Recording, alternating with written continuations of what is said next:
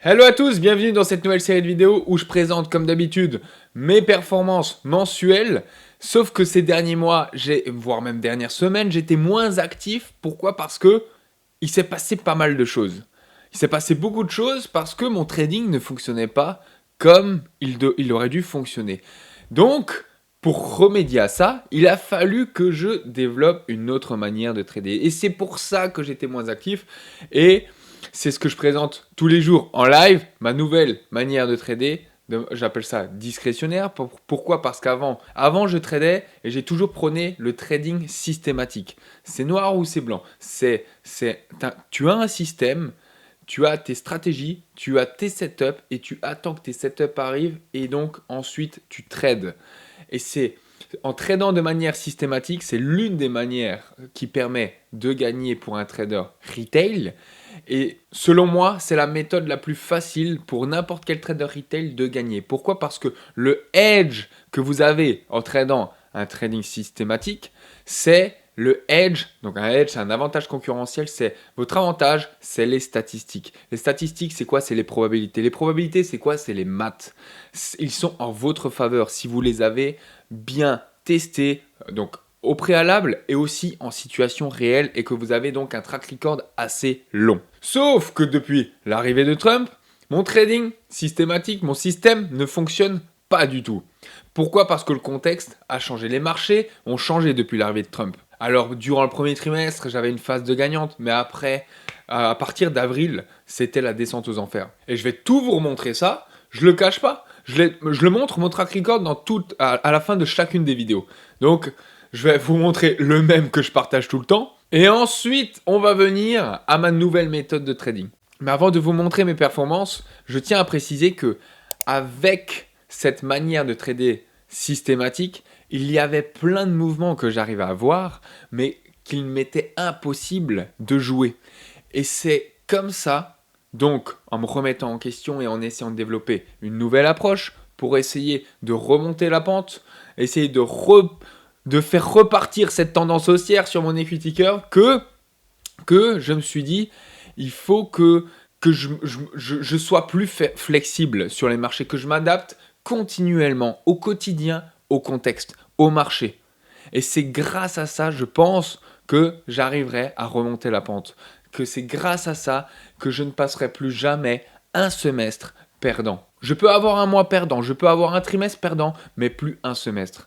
Et c'est donc en traînant de janvier 2025 à juin 2025, en étant à moins 10 R de perte, plus ou moins, ça je vais vous le montrer, je me suis dit c'est plus possible. C'est plus possible de passer autant de temps. Ça paraît normal, mais c'est usant.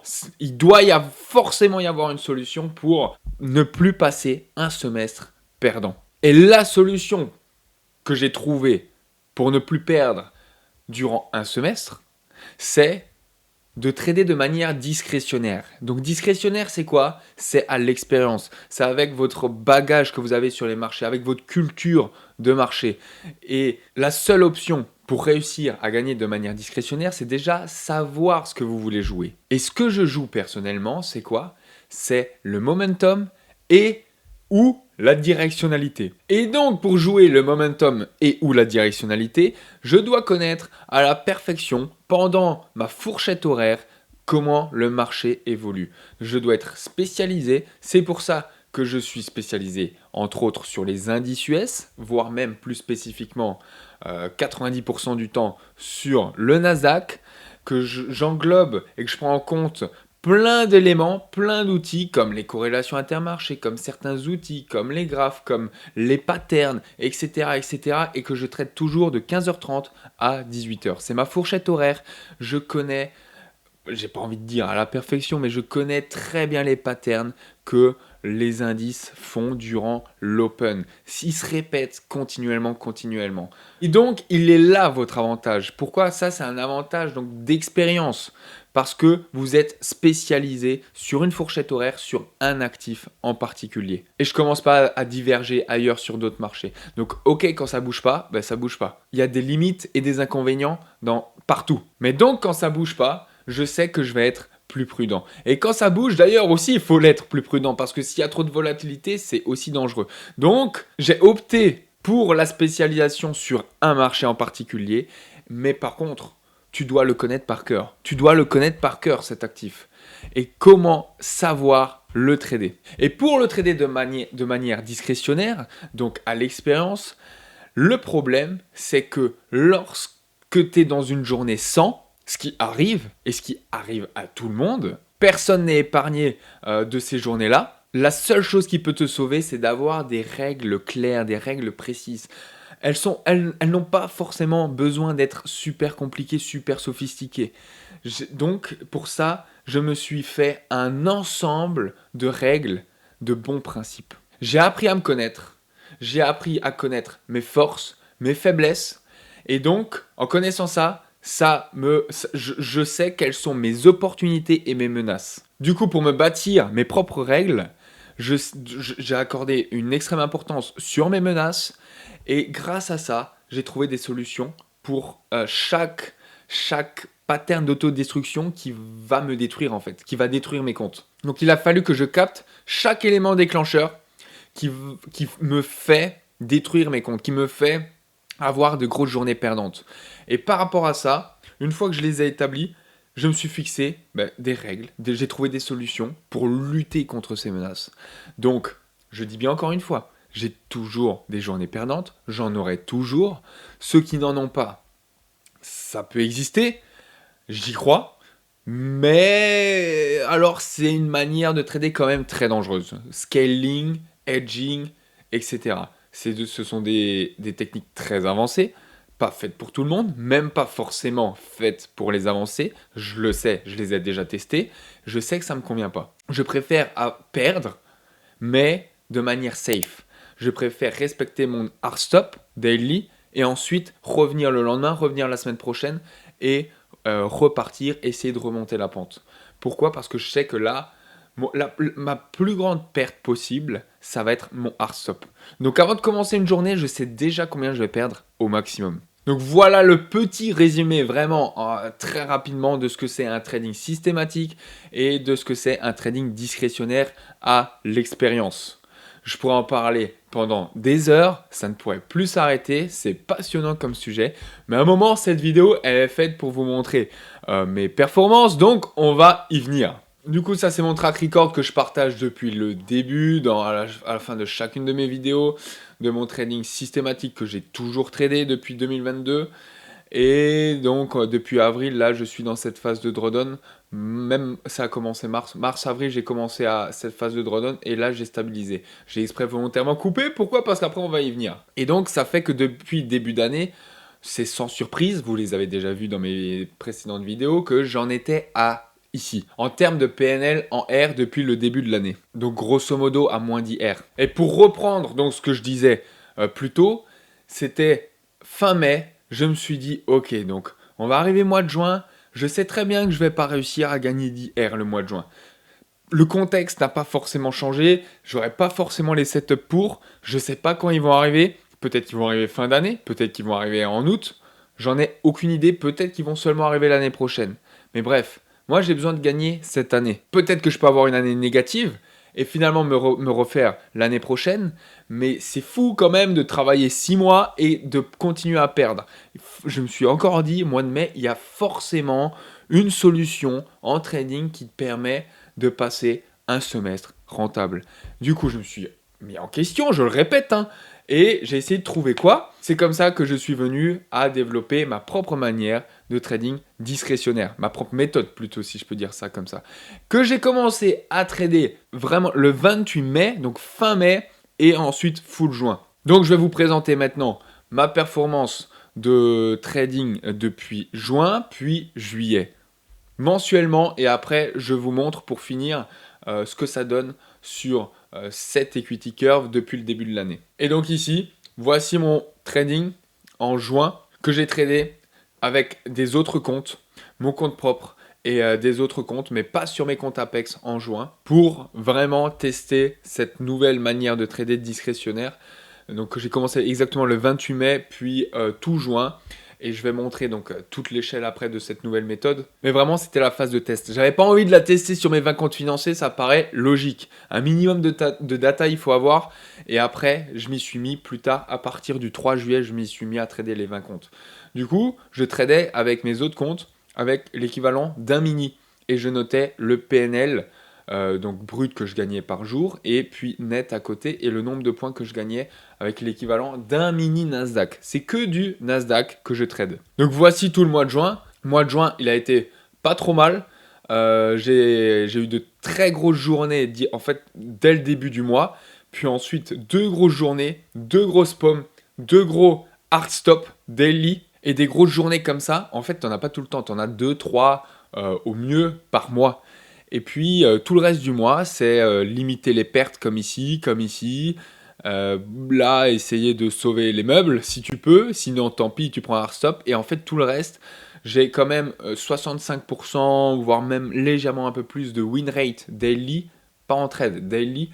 Mais ce qui représente que j'aurai pas toujours des PNL fumants tous les jours, mais je gagne plus que ce que je perds. Et grosso modo, en R, je gagne aussi plus que ce que je perds en moyenne. Mais j'aurai des petites journées aussi en PNL. Mais par contre, j'en aurai pas mal en nombre de journées. Et du coup, c'est cette somme de petits PNL qui fait qu'en fait, je rattrape assez facilement 2 gros hard stop. Parce que l'accumulation de petits PNL, eh bien, ça fait qu'au bout d'un moment, ça devient grand. Et là, c'est l'exemple parfait sur le mois de juin. J'ai pris 2000 balles de perte avec un mini Nasdaq en 2 jours de suite. Donc la confiance, elle prend un petit coup. Je commence à douter, est-ce que ça marche, est-ce que ça marche pas. Mais tu trades ce que tu sais faire, tu gères comme tu sais faire, et puis petit à petit, tu prends ce que le marché te donne, et finalement, ça remonte, tu vois. Puis après, bon, tu repères, et ainsi de suite. Mais ensuite, quand ça va exploser, ça va être de grosses journées comme ça qui vont faire exploser et péter toutes les barrières de ton equity curve. Donc là, je dis bien, le mois de juin. Je ne l'ai pas noté dans mon equity curve de celle-là sur mes comptes Apex parce que je l'ai tradé avec d'autres comptes, mon compte propre. Et en même temps, sur mon compte propre, je les prenais sur des comptes d'évaluation, vraiment pour tester cette manière en juin, fin mai et juin. Et donc voilà pourquoi je ne l'ai pas noté. Encore une fois, full transparence. Et à partir du 26 juin, j'ai commencé ici à faire mes live trading sur YouTube tous les jours.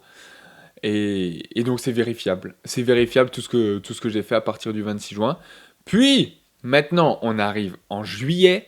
Juillet, là, j'ai tout noté en live. Donc vraiment, pour le coup, on peut rien me reprocher. Voilà mon trading pour le mois de juillet. Donc là, c'est vraiment tous les trades que j'ai fait en live. Il n'y a absolument aucune triche.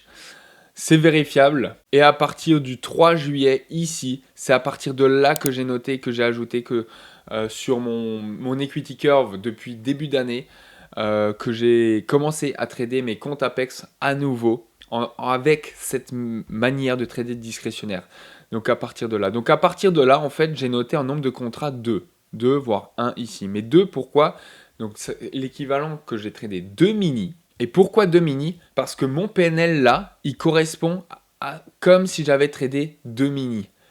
Mais comme j'ai dit, c'est le total. Ici, mon PNL, c'est le total de mes 20 comptes financés. Donc si vous voulez mon PNL brut, donc ici c'est la colonne brute et ici c'est la colonne nette. Si vous voulez mon PNL, vous faites simplement diviser par 20. Voilà. Et vous aurez mon PNL par compte. Par compte.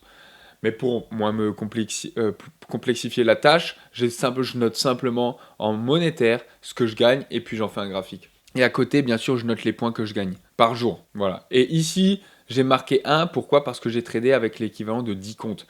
Donc un micro, parce que je trade avec un micro actuellement, un micro x 10 comptes, ben, ça fait l'équivalent d'un mini. Mais comme j'ai 20 comptes et que tous les jours je trade mes 20 comptes, donc ça fait un micro x 20, ça fait l'équivalent de 2 mini sur le marché des futurs. Si vous le maîtrisez un minimum, vous comprenez exactement que ça correspond. Et donc voilà, donc ce PNL là correspond à l'équivalent à chaque fois de 2 mini Nasdaq et à côté j'ai les points que j'ai gagnés. Du coup, donc on voit que le mois de juin, j'ai gagné 125 points sur le mois de juin. avec un micro, un mini, je m'en perds, ce qui faisait en brut 2500 $. Et en juillet, on voit que j'ai gagné, j'ai envie de dire seulement 53 points. C'est comme ça. La veille du dernier jour, j'en gagnais 111. Et puis, évidemment, le dernier jour de juillet, je me prends une grosse tarte, une grosse pomme.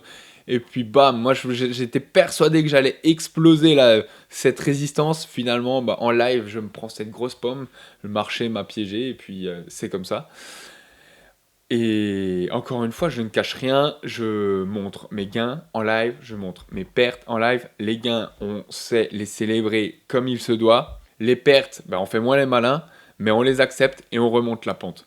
Donc voilà pour ce qui est le mois de juillet, où j'ai repris mes comptes, mes 20 comptes Apex. Et puis voilà, je voulais gagner 120 points, ben, j'étais à 111.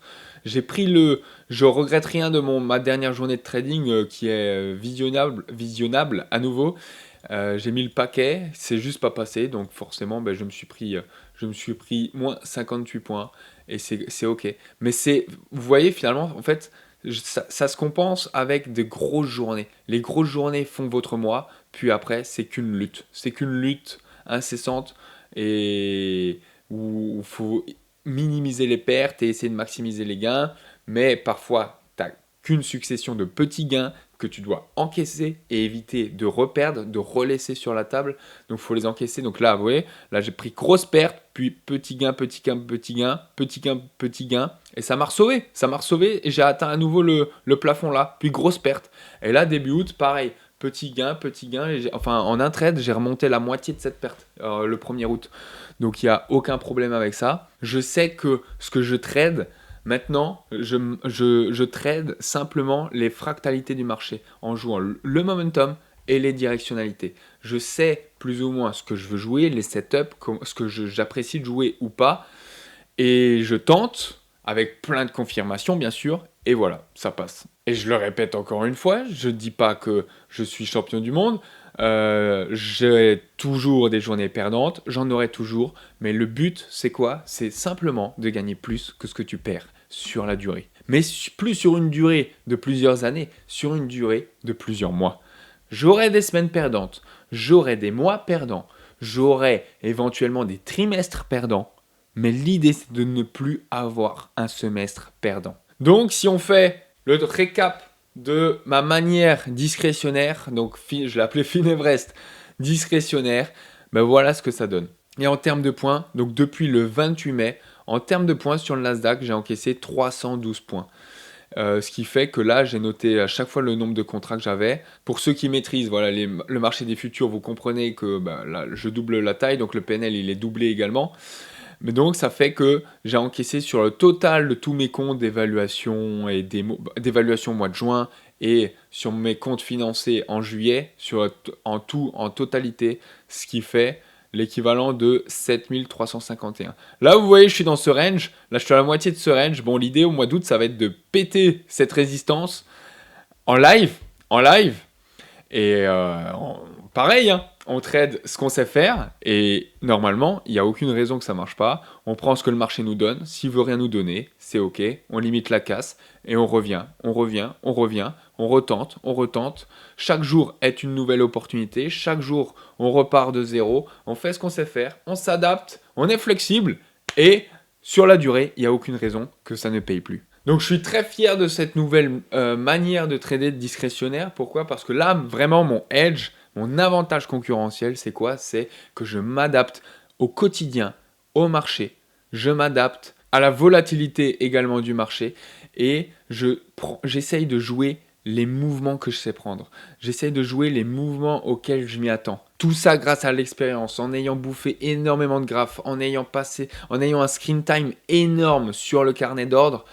Ça fait que à l'open, je sais plus ou moins quand est-ce qu'il a du momentum, dans quelle direction, et ensuite essayer de jouer une directionnalité du marché en essayant d'adopter un bon timing. Je suis pas mal prudent dans le but d'essayer d'optimiser mon win rate, mais vous voyez que ça paye. Et du coup, pour récapituler tout ça sur le PNL total, ça fait quoi? Ça fait que, comme je trade un micro par compte, donc là c'est le PNL sur Apex avec un compte, Le mois de juin, j'ai pas tradé. Donc le mois de mai, si je dis pas de bêtises, ça s'est arrêté vers là. C'est pour ça que j'avais caché là. Au début de cette vidéo, je m'étais arrêté à là. Mois de juin, j'ai pas tradé. J'ai repris le 3 juillet et ça fait ça par contre. Ça fait ça par contre avec cette hausse là du 1er août. Parce que je tourne cette vidéo début août. Donc là, j'ai repris. Ça correspond en échelle miniature à mon equity curve de 2 juillet. Et donc l'idée, c'est quoi? C'est qu'on va tranquillement, là, les grosses journées fumantes, elles vont me faire atteindre les moins 5 R, mais directement, j'en ai aucun doute. Et une fois qu'on aura passé ce cap des moins 5 R, comme on aura un drawdown plus large, on sera plus confortable, ça va être de doubler la taille. Et une fois qu'on double la taille, pareil, on continue de faire ce qu'on sait faire, et de rester là à nouveau dans cette tendance haussière, de limiter la casse quand il va falloir le faire. On aura toujours des hard stops, ça va faire mal, mais on voit qu'à chaque hard stop, là, tac, tac, pas ici, tac, tac, on sait remonter la pente. On sait à chaque fois remonter la pente. Du coup, moins 5 R, on va doubler la taille. Donc, si tout devrait bien se passer, on devrait ensuite arriver encore plus rapidement à 0. À 0, pareil, on réaugmente la taille, ainsi de suite. Et c'est comme ça qu'on va remonter le drawdown. C'est aussi simple que ça. Enfin, sur le papier. Maintenant, c'est pour ça qu'on va le faire en live. Mais j'en ai aucun doute que si on continue de faire ce qu'on sait faire, ça va fonctionner. Et voilà donc depuis 2022, l'equity curve, à quoi elle ressemble. Et évidemment, ça va mettre, comme j'ai diminué la taille, ça va mettre un peu plus de temps à remonter. Mais pareil, je viens de le dire, j'en ai aucun doute que ça va prendre à un moment donné, ça va être juste exponentiel. Donc évidemment là, c'est minime, puisque je trade une taille minime, mais c'est qu'une question de temps. Tout est qu'une question de temps. Sur ce, j'espère que cette vidéo vous aura plu, que vous aurez appris, pourquoi pas certaines choses comme le trading systématique, comme le trading discrétionnaire. Pour moi, il y a vraiment 2 écoles en trading dans lesquelles on peut gagner. C'est quoi? C'est le trading systématique et là où votre edge, votre avantage concurrentiel, c'est quoi? C'est les statistiques et un trading discrétionnaire. Donc, c'est quoi? C'est vous savez ce que vous voulez jouer, mais tout se fait à l'expérience. Vous êtes flexible, vous vous adaptez au marché. C'est plus, avec un trading discrétionnaire, c'est plus noir ou blanc comme un système. Il y a des nuances, il y a on s'adapte, je suis flexible. Ah, je vais rentrer là. Je me permets de rentrer plus agressivement. Là, finalement, je vais peut-être me dédouaner parce que je le sens pas trop. Parce qu'il y a ça, parce qu'il y a ça, parce qu'il y a ça, ainsi de suite. Donc, on peut aussi en faire des statistiques qui peut être aussi un edge en connaissant votre win rate, en connaissant votre gain moyen, etc. Oui, mais vraiment, c'est pas les statistiques qui vont faire que vous allez performer sur les marchés. Pourquoi? Parce que c'est plus un système, c'est vous-même, votre expérience des marchés qui vont vous donner de bonnes statistiques. Donc c'est en fait tout l'inverse d'un trading systématique. Mais par contre, là, faut quand même être avancé sur les marchés. Enfin vraiment, pour moi, je vois ces 2 écoles. Ce sont les 2 seules manières de gagner pour un trader retail. Donc évidemment, dans chacune des écoles, il y a un nombre infini de solutions, de stratégies, etc. Mais voilà en gros ce que c'est un edge, ce que c'est un avantage concurrentiel. C'est pas je trade ICT, c'est un edge, c'est n'importe quoi. Si vous tradez ICT, c'est que vous avez un système, le système est clairement défini, que vous avez des statistiques, et à ce moment-là, ces stats sont un edge.